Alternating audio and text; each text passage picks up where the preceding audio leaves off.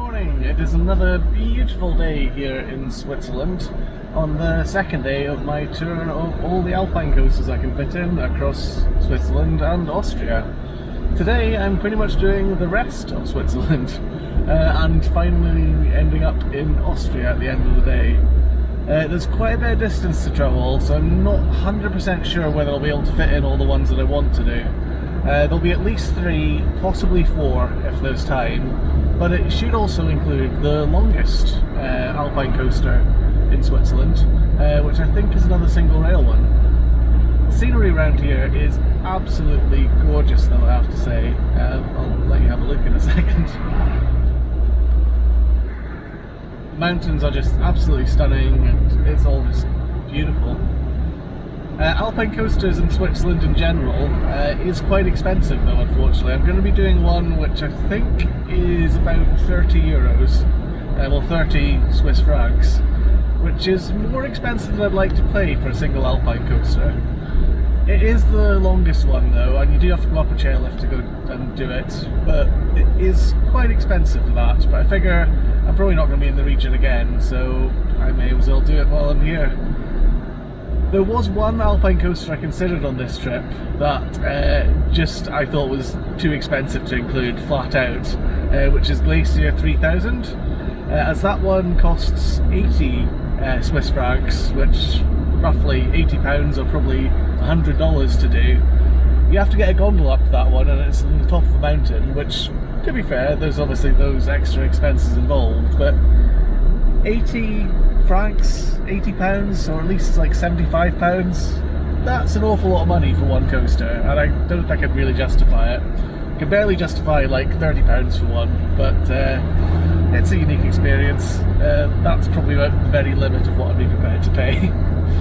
Anyway, let's carry on this gorgeous roads to the first Alpine coaster. The early morning drive from my hotel would last about an hour, but the roads it took me on gave me some simply amazing vistas. There's a real sense now of going into the Alps. Just as I look ahead, it's just these blue mountains stretching off. You can see snow on some of them. It's absolutely stunning. The flat sort of more plains earlier, you could just see these mountains stretching off in the distance. Now, look at that, it's breathtaking. I grew up in the Highlands of Scotland, but this is something else. The mountains here are a lot more jagged than anything in Scotland. I could go into the geology reasons of why that is, but let's just enjoy them. Thankfully, Google seems to have decided on what a real road is, and we're on a proper road now. You don't have to pay for toll roads in Switzerland. Unfortunately, the only way to pay it is to get an annual pass. So I can drive on all the toll roads and motorways in Switzerland for 40 Swiss francs, which isn't too bad when you consider probably I've spent more than that going through France already, and that's just for a couple of days. Even though I'm only spending a couple of days in Switzerland. Austria's a bit more sensible, because you can get a 10-day pass there, which is only about 11 or 12 euros, which is pretty fair. There's still some extra toll roads though that you have to use. The system's changed though, as of compared to the last time I did it. As last time you had to buy stickers to stick to your windscreen at the border, whereas now you can do it all digitally with your number plate, which is a bit easier and one less thing to worry about, and you can sort in advance. Eventually the roads would take me to the first stop of the day at Interlaken, where a rather special historic ride awaited me. I think this was actually featured on Coaster Studios recently, though I've no idea what those guys were doing in the region. The first coaster of the day was Heimwehflug, which sits on top of a mountain overlooking Interlaken. How you get to the coaster, though, is quite interesting. So my first Alpine coaster today, you arrive via a funicular railway, which is slightly novel. It's called Heimwehflug, which I've probably mispronounced. But it's in an absolutely gorgeous area of Switzerland. And there goes the other side of the funicular.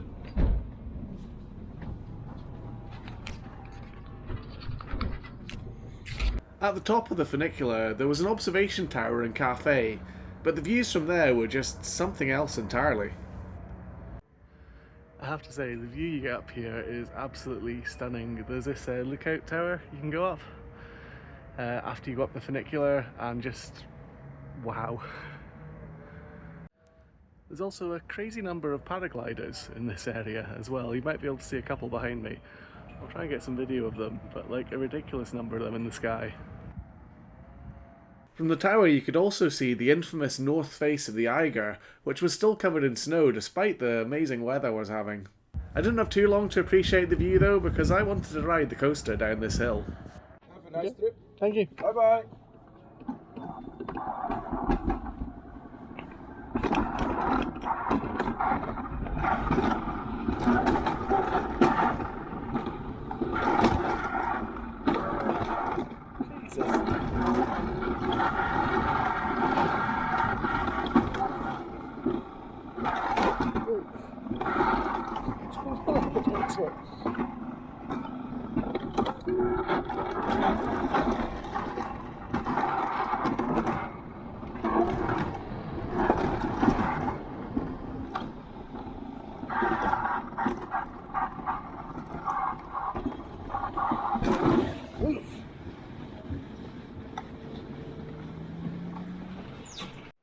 So first Alpine coaster of the day, it's a single rail one, and I don't really think the brakes were working that well on it. Even though I had the brake lever pulled back for some of it, it didn't really seem to be doing all that much and felt kind of out of control. That did make it a fun ride though, I will say. It's fairly steep and pretty quick. I was quite impressed by this one. With that coaster ticked off, it was time to head on to the next one, which was unfortunately about 3 hours drive away. That drive time just flew by, however, as the epic scenery continued to impress. This is an amazing country. Like, one minute you'll be driving through a city and the next you'll get this amazing vista. In 500 meters, turn left onto Zugerstrasse. And then SatNav will tell you where to go. Yeah, take a look at that. Wow. One thing's been a little bit strange on this part of the journey is it almost feels like you're going into and then out of the Alps. There'll be one bit where you're just like going through massive mountains and everything around you is mountains. And the next you'll be in like a flat city section, and then you'll be heading back towards the mountains again. I very much feel I'm back inside the Alps now. Another bloody tunnel. Tunnels are quite annoying because they get very noisy, as you can hear. I'm not sure if you can even hear me talking with the sound in it, but it's annoying. You can't listen to the radio. And you don't get the scenery when you're in a tunnel. One nice thing can be when you come out of a tunnel,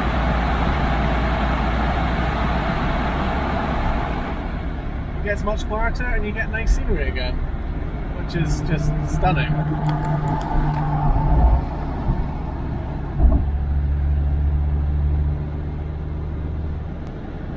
At least that scenery is stunning until you hit another tunnel.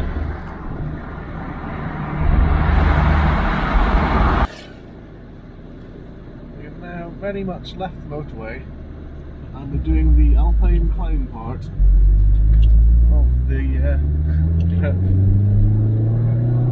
which is stunning. It is the case that these Alpine coasters are often up the top of where ski resorts are and things, which means you have wonderful twisty roads to drive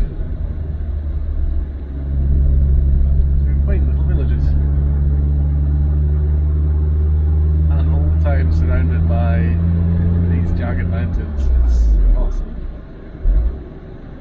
So, the second Alpine coaster of the day you have to access via chairlift from Flumsburg, I think is the name of the place. Interesting fact, it's where they invented the log flume, which is an interesting fact that I just made up. This one looks quite good though, it looks pretty damn long. It should be fun. This is quite a long one, and looking at what's coming down, it looks like there's quite a high risk of running into other people. So hopefully there'll be enough of a gap between me and the people in front to get a good bit of speed up, but you can never guarantee it. That looks okay for that person. But the people in front of them, there was like 3 people stuck together. Fingers crossed they'll get a clean run. And that's the sort of scenery we have behind us. I must say, this one looks very good. It's very long. You can just see someone coming down now.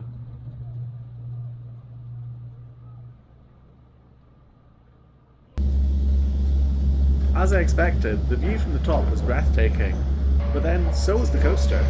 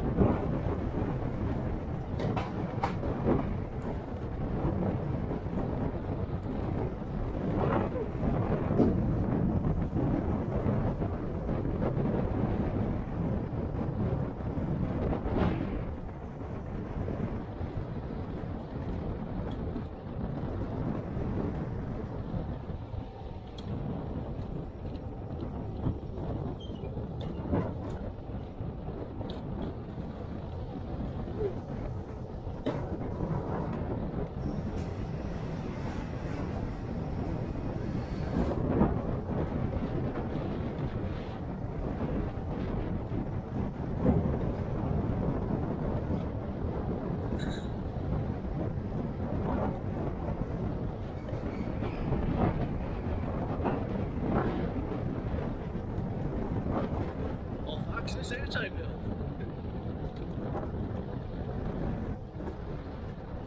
I've already seen me riding this.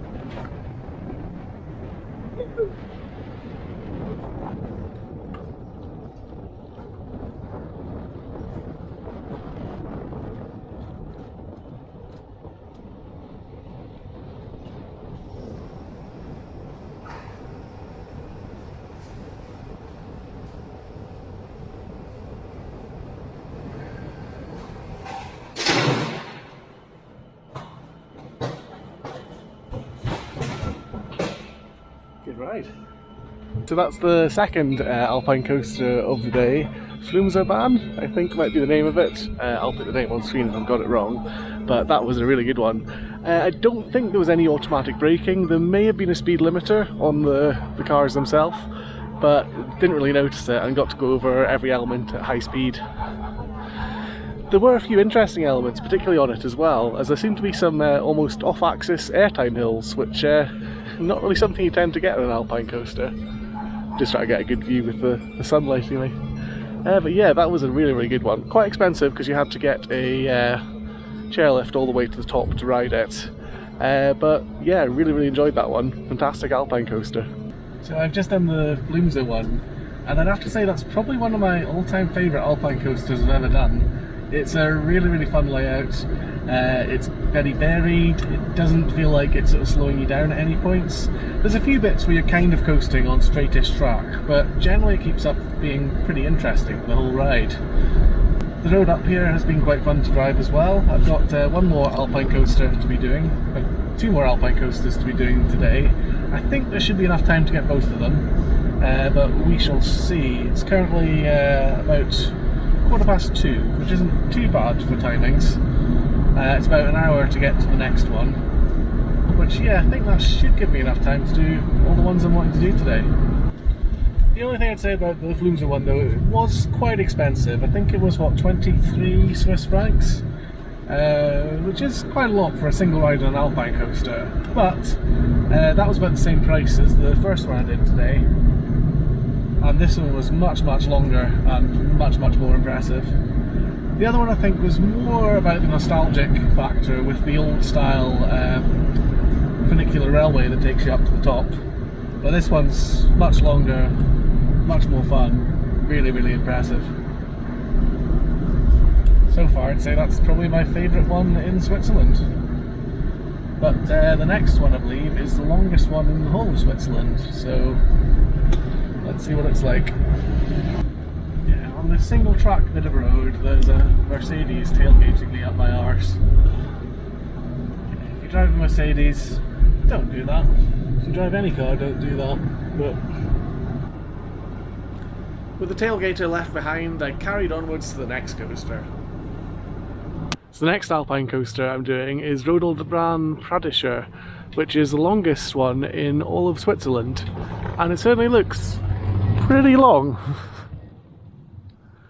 Apparently there's a bit of a wait at the top for this one.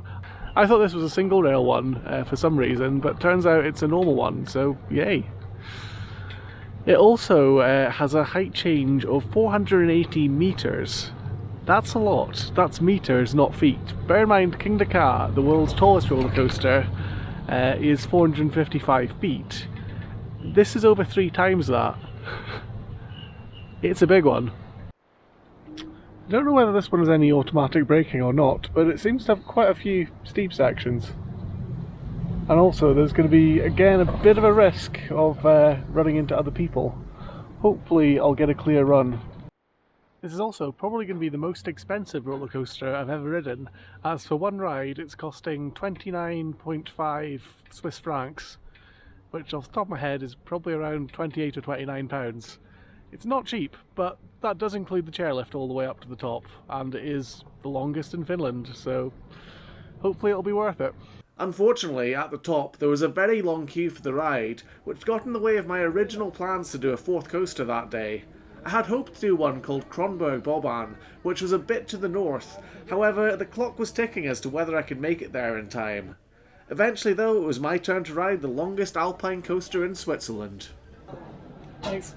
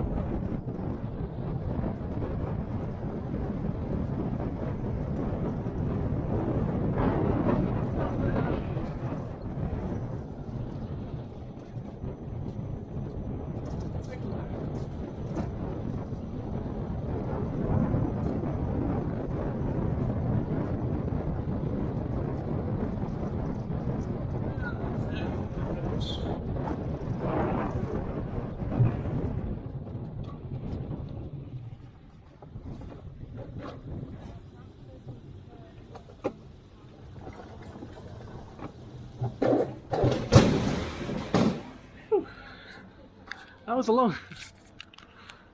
a long ride. I'm pretty sure that's the longest Alpine coaster I've ever done. It just goes on and on and on forever. Unfortunately, it does have a lot of trims on it, but it's got some interesting bits as well. There was almost like a quad down in it, some double downs, and yeah, quite an interesting ride. And then, like I said, the length just keeps going and going and going and going and going. I think it's over 3 kilometers long. There was a massive queue at the end, and that's kind of scuppered my plans to do one more Alpine coaster today, as there's just not enough time to get there. But thankfully the guy at the top let me wait for a clear run and didn't get stuck behind slow people, so that was a huge plus. Thanks to that guy. I think overall though, my favourite Alpine coaster so far is the flimsy one, as it didn't have any of the automatic brakes this one had. So that's unfortunately the final coaster of today. There was one more that I had planned, but unfortunately there's just not enough time to get there. The queue in this one just kind of screwed things over a little, but it is what it is. There's a chance I might be able to work... Continue on Route 3 for 10 kilometers. There's a chance I might be able to work in the other coaster that I plan to do today tomorrow morning, but I'll have to check timings quite closely. But fingers crossed it could be doable, but no guarantees yet.